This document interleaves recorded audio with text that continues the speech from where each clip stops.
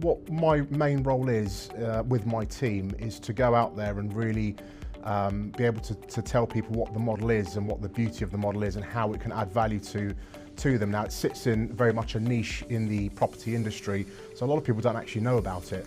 But when we are able to explain and showcase what we've done through models previously and show them showcase some of the work that we've done, it really shows what we can do to add value to them. So it's brilliant to be able to go out there, have conversations, add value to vacant properties they've got, and yeah, that's sort of what the brilliance of it is.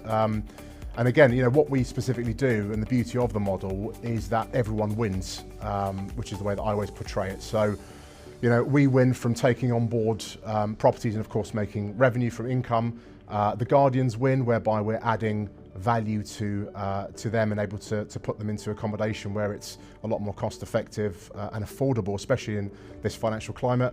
And again, for the clients who would typically pay a hell of a lot of money in mostly ineffective ways of securing their property at a very, very neutral cost. So yeah, there's several metrics in which we add value there.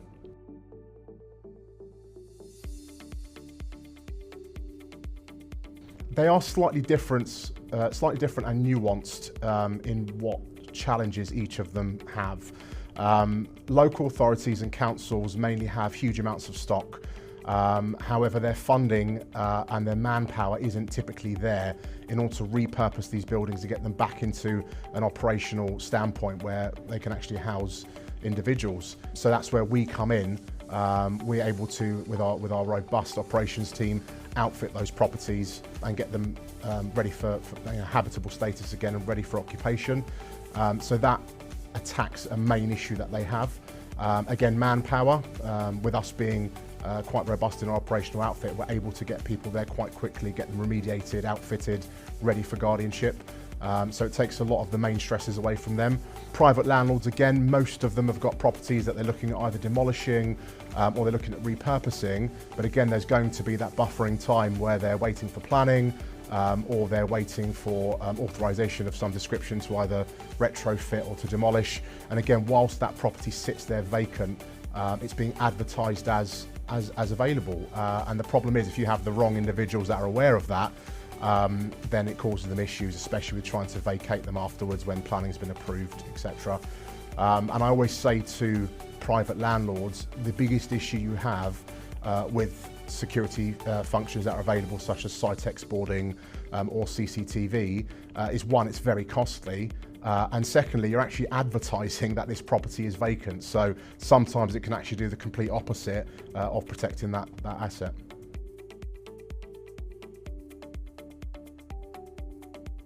Essentially, business rates and the general operational costs of properties, especially when they're void or going through that process that I mentioned with planning, it takes time and it can be costly. And what we can do to add value there and to try and reduce some of that stresses and the costs is we will actually take the property under our wing.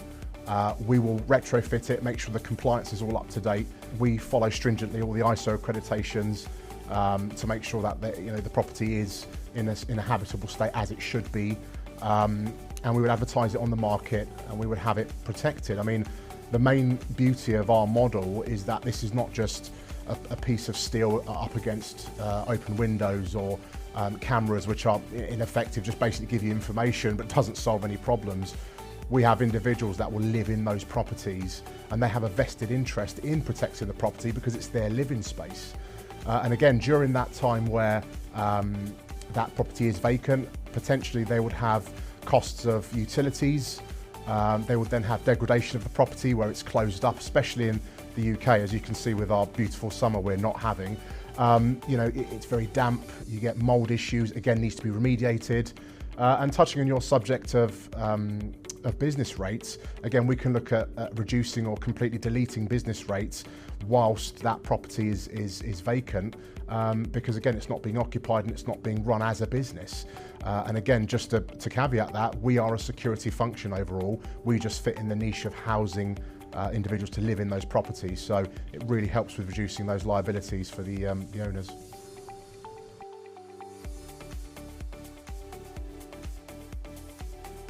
A majority of individuals we speak to that don't understand the model or can be quite closed off because they're used to the same processes that they've done over and over again, that sort of rinse and repeat process of this is a vacant property, this is what we do, they can put up some barriers and obstacles. And I think the best way that we overcome those is to demonstrate what we've worked on already, especially with large developers and with large local authorities and councils. And we can showcase where these properties started and where they presently are with our stewardship and with our ethic. I think once we've demonstrated that and we've shown some of these models, it does change their mind greatly into how there is a lot of value in what's being done. Because it is, like I said, a very niche part of the property industry, most people's knee-jerk reaction is no, let's protect ourselves, let's protect the asset. We know what works, even at a cost. This is completely new to us. So most of it's going to be showing what the costs are, which most of the time is neutral. With us, all we want is the buffer of time to have that property so we can make our money as a company, and that's from the Guardians who would pay a much reduced licence fee to live in those properties, and all the operational costs, all the ISO accredited compliance, we would pay for that. So it takes a lot of the cost off. So most of the time and most of the pushback we get is it seems too good to be true, which is a good obstacle to have.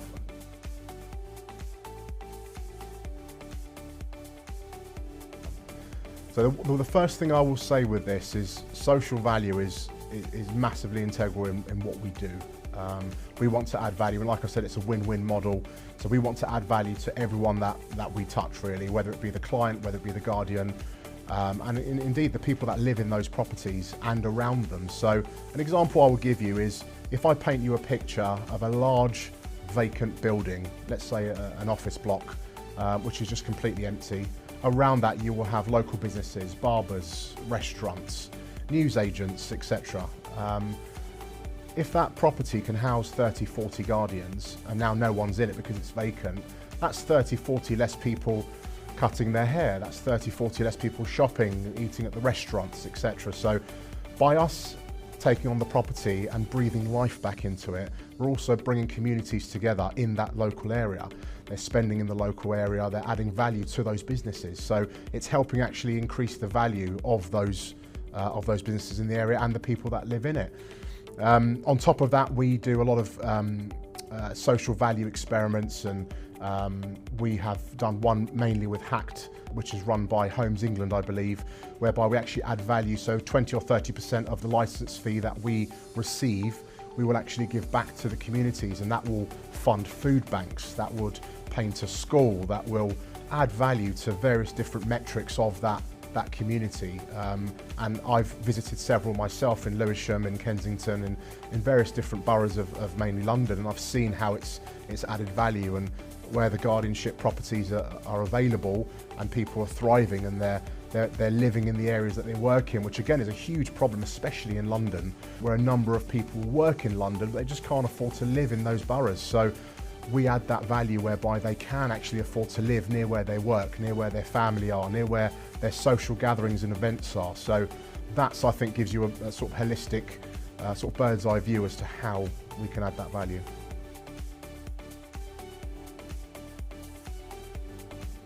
Yeah, so the letting agents are, again, hand selected as part of the team. So they are out on the road 99% of the time on our properties, feet on the ground.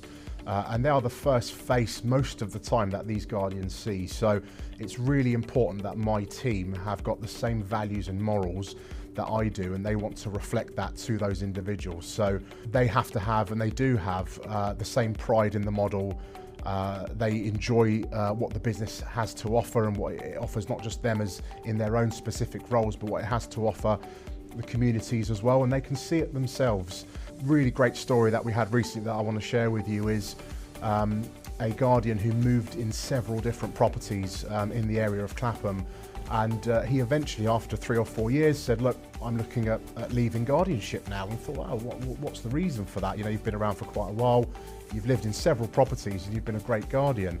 And he said, because of your model and the fact that I can live where I work, and it cost me a lot less to actually live in an area like Clapham, I was able to save money and actually go and buy my own property to have a mortgage, which I never thought I'd be able to do. And that's the beauty of what we do. And again, the lettings agents heard that, and it was so heartfelt. And again, that sort of rippled across the business, and it is a prime example of why we do what we do. And the letting agents, again, there is usually, they never say no.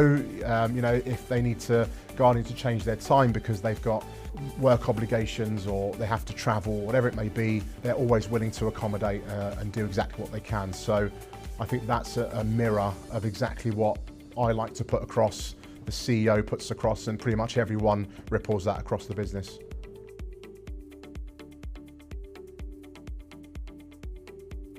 There are barriers that I'll put up as to it being too good to be true. You know, there's no cost to us as a client. You know, you're paying for the retrofitting, you're paying for the compliance. You know, we just give you the key. You know, what's the catch? And there really isn't one. I think the best thing we can say to people is, look, you know, we run the business to the compliance standards that are expected of us by ISO. We can demonstrate all of that to you. And we've got several case studies which we've also demonstrated with, again, huge local authorities, councils and private developers, and they can also speak to these individuals because we share that information of who we've worked with. And again, the property industry is quite small, so if they wanted to reach out to someone at X local authority, generally you can get hold of them and share that experience. And again, 20 years, we've been around the block a few times, so we've generally, you know, touched quite a few different local authorities and developers, and we've had the conversation at least. So the fact that what I'm saying to you today ripples across not just the business but also externally, generally word of mouth goes very far, and that's the way that we usually position it. Another way that I've said it to them is, look, you know, if you're looking at bringing a property on board and you're not quite too sure, give us one property, or you know, whatever's the most difficult property for you at the moment that's a real problem. Let's take your real issue off your hands and demonstrate what we can do. And if we can make that come good, then we'll discuss further opportunities from there. And generally we take that property on, we put our money where our mouth is and show them what we can do, and then the properties seem to get unloaded from there, and it just becomes a spiral effect. But sometimes it's just a matter of having that covenant of trust with someone just from that first property.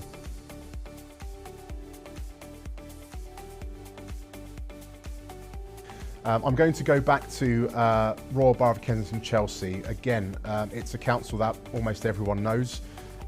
Quite a difficult council to liaise with, again, because they are so busy, there's so much going on, especially in that area, especially with very high net worth properties. It can be quite difficult to really gain the trust of those individuals. And again, this is why I want to mention it. But the specific opportunity I want to give you is whereby I visited a conference in Brighton not too long ago. It's a property conference that's held every year. And I met the head of housing there for Royal Boroughs of Kensington, Chelsea, and I spoke about the model quite passionately over 2 or 3 hours of the day, and we shared lunch together and we had more of a conversation. And exactly as I said on your previous question, I said, look, you know, let's take one of your most difficult properties. What is a property that is really giving you and your team grief? It's sucking time out of your team's day and you just want rid of it, and you haven't got a solution yourself. What is that property? And he said, are you sure you want this one? I said, yes, I do. So he provided the information for the property. We then inspected it, which is our first call of action when we take a property, is we'd go and conduct a thorough inspection of that property to make sure it's viable for us, and we can add we can reflect that model onto the property and for the client. And we took the property on board within a week and a half, 2 weeks. It took them best part of 3 years of that property sat on their portfolio without someone coming up with a solution for it. They tried physical security at a huge cost. It failed, antisocial behaviour carried on. They tried Cytex boarding, they were ripped off, again by antisocial behaviour, graffiti. It was just terrible eyesore, and again ineffective. And within 2 weeks we've taken the property on, and there hasn't been a single report of antisocial behaviour since. So still early days, but I like to think that our model has once again provided a great service.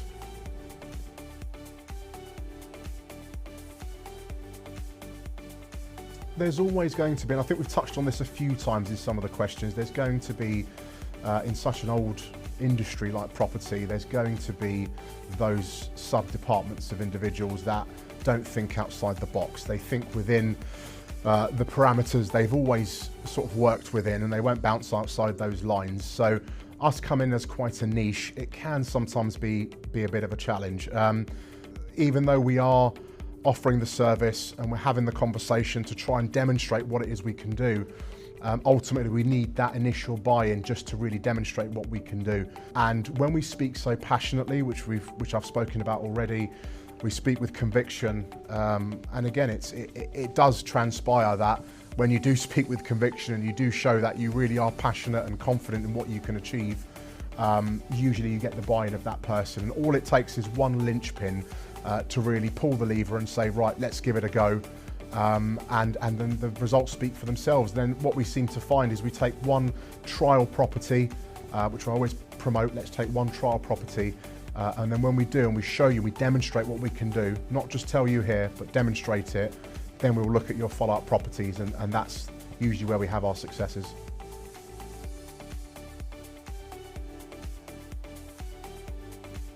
It just makes sense, it really does. When you sit someone down and you go over the model from beginning to end and you demonstrate what we've already done over our 20 years, it becomes very, very evident that this is a great model that really does support everyone. You know, you look at anything in the world, you look at purchasing of a service or purchasing of a product or the stock market, someone will always lose for someone else to win. That's usually how it works. But in our model, everyone really does win. So I would say if you are out there and you have got properties, you don't know what to do with them, they are vacant, this is the best solution for you. It's cost neutral, and even if it's not going to be cost neutral because you still have to pay for your utilities, whatever it may be, it's going to give you the best outcome.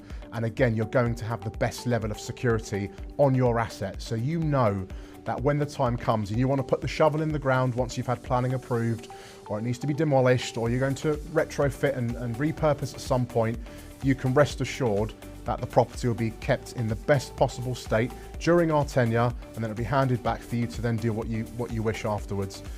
So again, it's cost effective, it works, it's reliable, and there's a great team sat behind the brand. So that would be my call to whoever's got that question.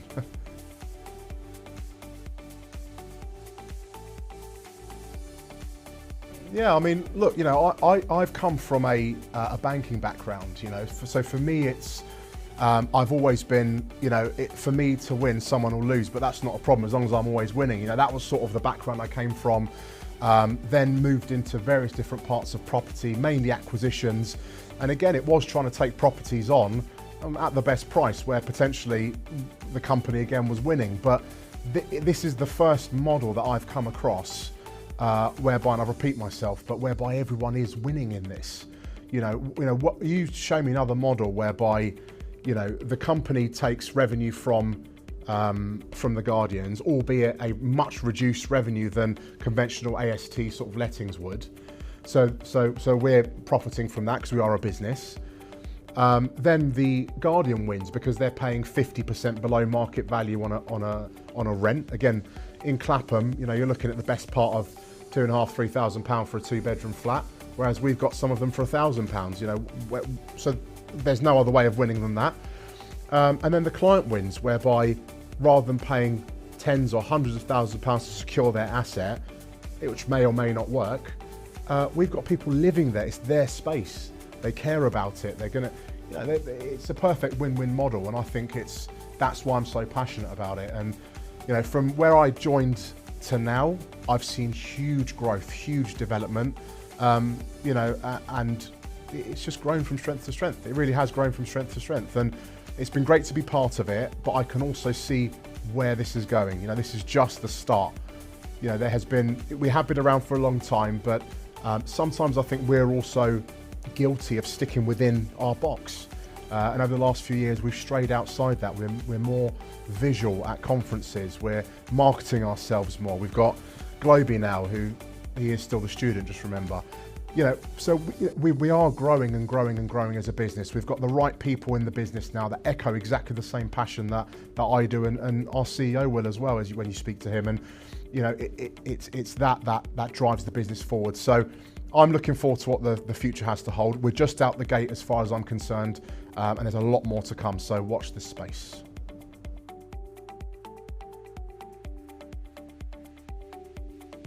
Wow, that's a good question. Well, I actually trained Globy for several years, so sometimes the teacher doesn't always mean he's the master. Sometimes the student can be the master, but I'd like to think that I've taught him everything he knows, not everything I know. So I still put money on me.